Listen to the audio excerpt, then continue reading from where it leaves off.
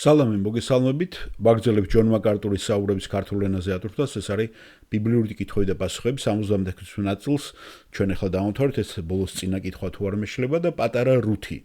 ძალიან პატარა, რომელიც ვერც ხედავ, იმიტომ ეფარებიან.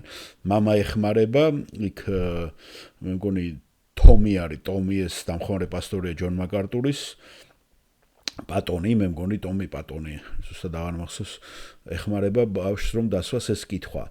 როგორ უნდა მიყვარდეს იესო ქრისტე? რას ნიშნავს, ხო, ღმერთის სიყვარული? აი საინტერესებს რუთს, პატარა რუთს. ჯონ მაკარტური მიესალმება რუთს, რა ქვია ძვირფასო რუთი. რა ლამაზი სახელია და რა არის თქვენი კითხვა? როგორ უნდა მიყვარდეს იესო? ან ღმერთის სიყვარული რას ნიშნავს? და ჯონ მაკარტური ეხმარება.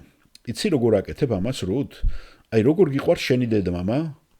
იმის კეთებით, რასაც ისინი გეუნებიან, მორჩილებით. ხომ იცი ეს რას ნიშნავს, ხო? მორჩილება, რომ დაუჯერებ შენ დედმამას. ხო იცი რას ნიშნავს ამის კეთება? რასაც შენი დედმამა გეუნებიან და შენ იმას აკეთებ. დიახ, ესმის.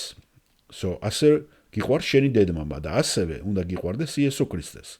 იმიტომ მან თქვა, თუ გიყვარვარ თქვენ მან, თქვენ შეასრულებთ იმას, რასაც მე გეუნებითო. ასე აჩვენებ თქვენ სიყვარულს მის მიმართ.